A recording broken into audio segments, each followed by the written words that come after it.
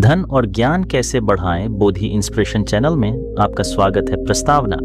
जीवन का असली धन इस संसार में हर मनुष्य कुछ न कुछ पाना चाहता है।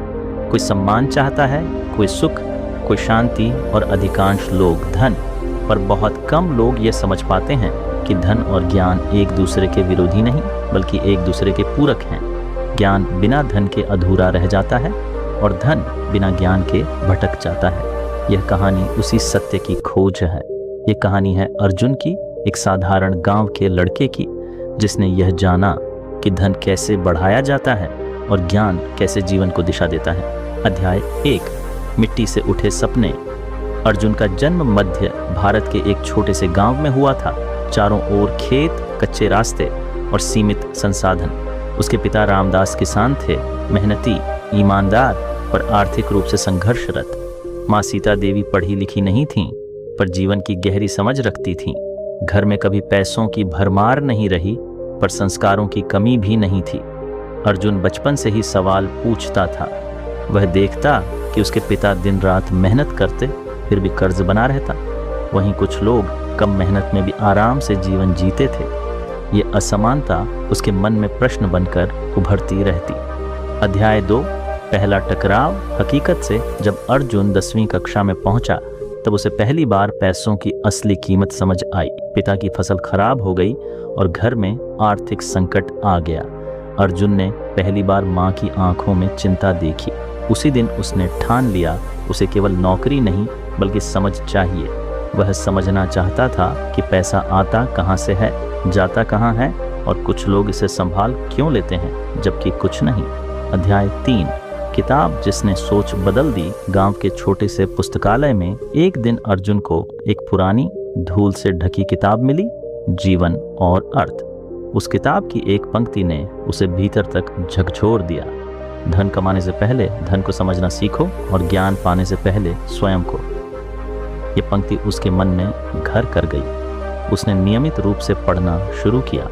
किताबें उसके लिए नए संसार के दरवाजे खोलने लगीं। अध्याय 4, गुरु का मिलना। गांव के पास ही शहर में पंडित शरण देव रहते थे, सेवानिवृत्त शिक्षक। लोग कहते थे कि वे धनवान नहीं पर ज्ञान से भरपूर हैं। अर्जुन उनके पास पहुंचा और बोला, गुरुजी, मैं धन और ज्ञान दोनों बढ़ाना चाहता हूँ। शरण देव मुस्कुराए और बोले, बेटा, धन बाहर से आता है, ज्ञान भीतर से। दोनों को बढ़ाने का रास्ता आदतों से होकर जाता है। उन्होंने अर्जुन को 3 मूल मंत्र दिए। रोज सीखो, कमाओ, बचाओ और निवेश करो। मूल्य पैदा करो, केवल पैसा नहीं। अध्याय 5, सीखने की आदत। अर्जुन ने तय किया कि वह रोज कम से कम 1 घंटा पढ़ेगा। शुरुआत कठिन थी। मोबाइल, आलस और दोस्तों की बातें उसे भटकाती थीं, पर धीरे धीरे पढ़ना उसकी आदत बन गया। वह जीवनी पढ़ता, असफलताओं की कहानियां पढ़ता और समझने लगा कि हर सफल व्यक्ति के पीछे वर्षों का धैर्य और सीख छिपी होती है। अध्याय 6, ज्ञान से कौशल तक। गुरुजी ने कहा, केवल ज्ञान पर्याप्त नहीं, उसे कौशल में बदलो। अर्जुन ने देखा कि गांव के किसान अपनी उपज सही दाम पर नहीं बेच पाते। उसने मार्केटिंग, मूल्य निर्धारण और डिजिटल माध्यमों के बारे में सीखना शुरू किया। ज्ञान अब कागज से निकलकर जमीन पर उतरने लगा। अध्याय 7, पहली कमाई। अर्जुन ने किसानों और शहर के व्यापारियों को जोड़ने का काम शुरू किया। पहली कमाई बहुत बड़ी नहीं थी, पर उसके आत्मविश्वास के लिए बहुत बड़ी थी। उसने वह पैसा खर्च नहीं किया बल्कि उसका लेखा जोखा बनाया। गुरुजी ने समझाया, जो पैसा बिना समझ के खर्च हो वह धन नहीं, बोझ बन जाता है। अध्याय 8, असफलता की पाठशाला। एक बार अर्जुन ने जल्दबाजी में एक सौदा किया। नुकसान हुआ। रात भर उसे नींद नहीं आई। उसे लगा कि शायद वह गलत रास्ते पर है। गुरुजी ने कहा, असफलता अंत नहीं, परीक्षा है। जो सीख गया वही पास। अर्जुन ने अपनी गलतियों की सूची बनाई और उनसे सीख निकाली। अध्याय 9, समय की कीमत। अर्जुन को समझ आ गया कि समय सबसे बड़ी पूंजी है। उसने देर रात मोबाइल चलाना छोड़ दिया, सुबह जल्दी उठने लगा और दिन की योजना बनाने लगा। धीरे धीरे उसका जीवन व्यवस्थित होने लगा। अध्याय 10, नेटवर्क और संबंध। अर्जुन ने सीखा कि सही लोगों के साथ रहना भी एक तरह का निवेश है। उसने ईमानदार और सीखने वाले लोगों से दोस्ती की। वह ज्ञान बांटता और बदले में अवसर पाता। अध्याय 11। धन का सही उपयोग। अब अर्जुन की आमदनी स्थिर हो चुकी थी। उसने गुरुजी की सलाह पर अपनी आय को 3 हिस्सों में बांटा, खर्च, निवेश और दान। दान से उसे संतोष मिला और समाज से जुड़ाव। अध्याय 12। नेतृत्व की शुरुआत। काम बढ़ा तो अर्जुन ने लोगों को जोड़ना शुरू किया। उसने सीखा कि नेतृत्व आदेश देने से नहीं, उदाहरण देने से बनता है। उसने अपनी टीम को सिखाया, सुना और साथ लेकर चला। अध्याय 13। संतुलन का महत्व। अर्जुन ने स्वास्थ्य, परिवार और आत्मचिंतन को प्राथमिकता दी। वह जान चुका था कि अगर मन शांत नहीं तो धन भी अशांति लाता है। अध्याय 14। समाज को लौटाना। वर्षों बाद अर्जुन गांव लौटा। उसने पुस्तकालय सुधरवाया, बच्चों के लिए निःशुल्क कक्षाएं शुरू की, किसानों की आय बढ़ने लगी। अध्याय 15। अंतिम संवाद। गुरुजी ने कहा, बेटा, ज्ञान तुम्हें सही रास्ता दिखाता है और धन उस रास्ते पर चलने की ताकत देता है। दोनों का संतुलन ही जीवन की सच्ची समृद्धि है। उपसंहार। आपकी शुरुआत। अर्जुन की कहानी कोई परिकथा नहीं बल्कि एक आईना है। अगर आप रोज थोड़ा सीखें, सोच समझकर कमाएं और समाज को कुछ लौट आए तो धन और ज्ञान दोनों बढ़ेंगे। याद रखिए, ज्ञान दिशा देता है, धन गति देता है, आदतें भविष्य बनाती हैं समाप्त। दोस्तों, किसी ने सही बात कही है कि बदन मेरा मिट्टी का है, सांसें मेरी उधार हैं। घमंड करूं तो किस बात का, यहां हम सब तो किराएदार हैं। नमस्कार दोस्तों, बोधि इंस्पिरेशन यूट्यूब चैनल में आपका दिल से स्वागत है। ये कहानी एक योद्धा के जीवन से प्रभावित एक मोटिवेशनल स्टोरी है जो आपको अपनी जिंदगी को देखने का एक नया नजरिया सिखाएगी। बहुत समय पहले की बात है। सबल नाम का लड़का पूरे दिन अभ्यास करके सो रहा था तो उसे एक रात बुरा सपना आता है जिसमें वह हर रोज की तरह अपने गुरु के आश्रम में तलवारबाजी के मुश्किल दांव पच्चों का अभ्यास कर रहा था। उसका अभ्यास अच्छा चल रहा था, लेकिन जैसे ही वह एक ऊंची छलांग लगाकर जमीन में वापस आता है, उसका एक पैर टूटकर कांच के टुकड़ों की तरह बिखर जाता है। उसकी ऐसी हालत देखकर सभी लोग डर जाते हैं, लेकिन एक रहस्यमय आदमी बड़ी शांति से उन टुकड़ों को इकट्ठा करने लगता है जिसने काले रंग के जूते पहने हुए थे। सबल घबराकर नींद से जाग जाता है। उस समय रात्रि से सुबह होने वाली थी और वह खुद को शांत करने के लिए बाहर टहलने निकल जाता है। कुछ देर चलने के बाद वह एक पुराने घर के बाहर आकर रुक जाता है और उसके बाहर पेड़ के नीचे जाकर बैठ जाता है।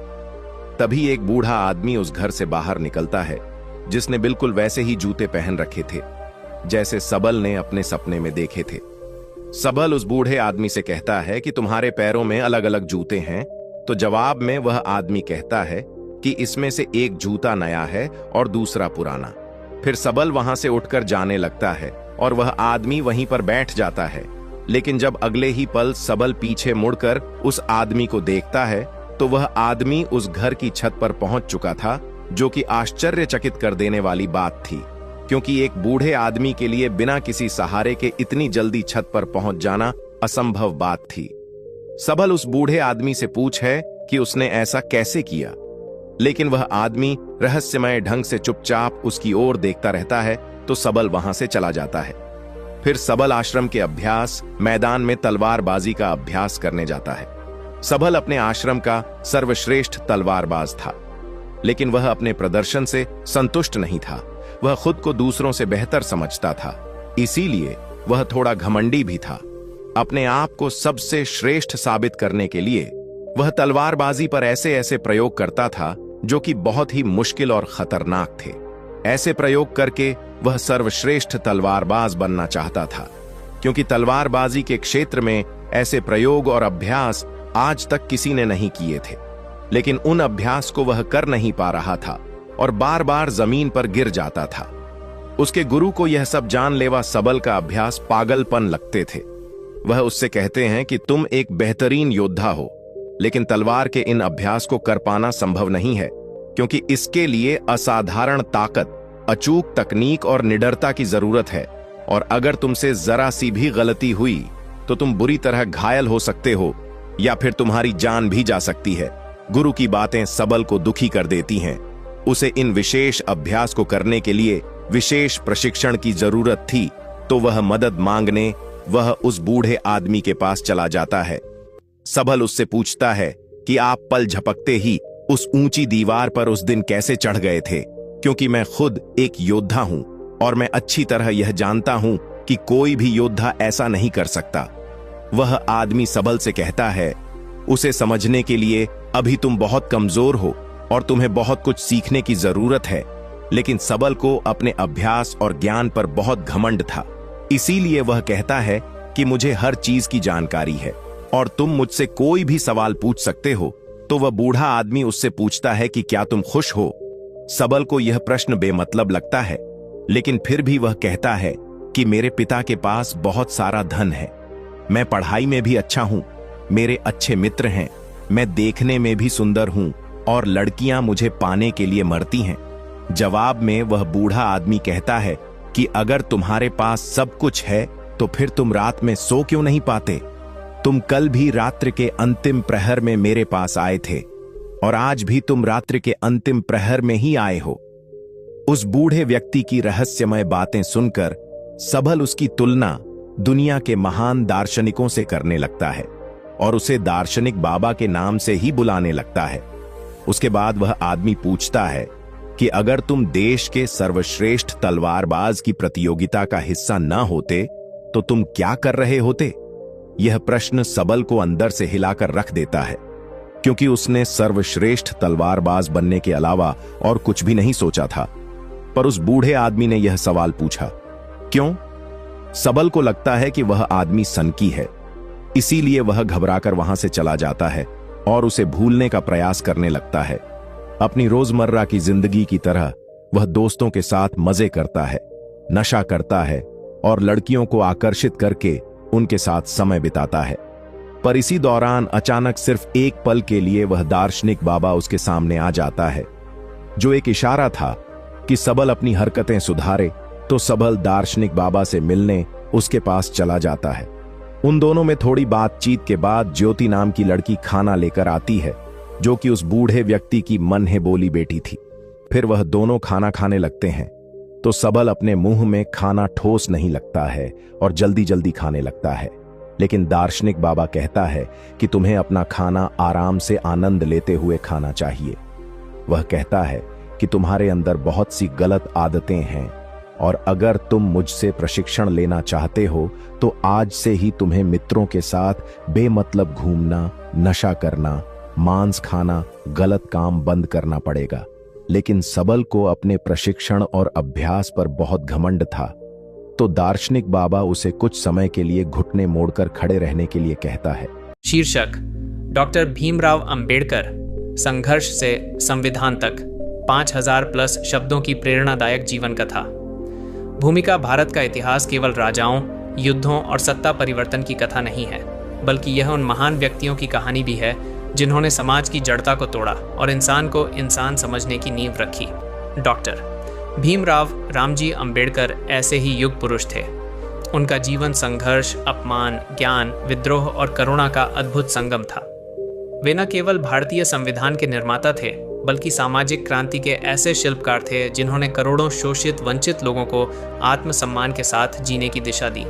यह कथा उनके जीवन के हर पड़ाव को विस्तार से प्रस्तुत करती है, एक ऐसे बालक से लेकर विश्व विख्यात विचारक तक की यात्रा जिसने कहा, मैं ऐसे धर्म को मानता हूं जो स्वतंत्रता, समानता और बंधुत्व सिखाए। अध्याय 1: जन्म। एक व्यवस्था में बंधा शिशु 14 अप्रैल 1891 मध्य प्रदेश के महू छावनी क्षेत्र में एक बालक ने जन्म लिया। नाम रखा गया भीमराव।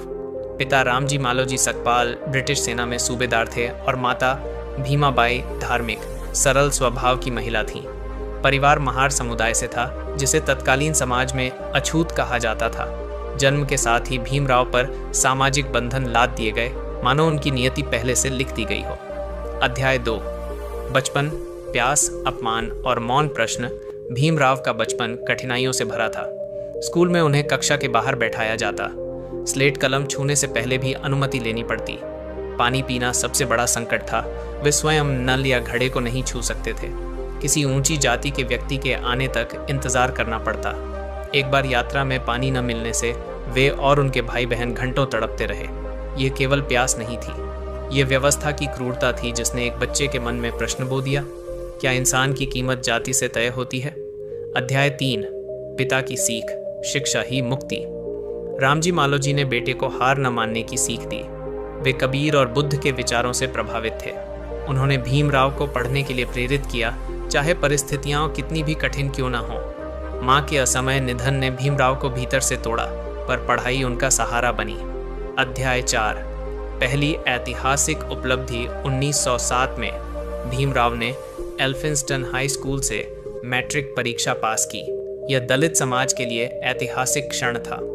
उनके सम्मान में आयोजित समारोह में उन्हें बुद्ध और उनका धम्म पुस्तक भेंट की गई। यह पुस्तक आगे चलकर उनके जीवन की दिशा तय करने वाली साबित हुई।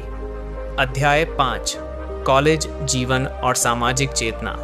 एल्फिंस्टन कॉलेज में पढ़ाई के दौरान भी भेदभाव समाप्त नहीं हुआ, पर अब भीमराव चुप नहीं थे। वे तर्क करते, प्रश्न पूछते और किताबों में समाधान खोजते।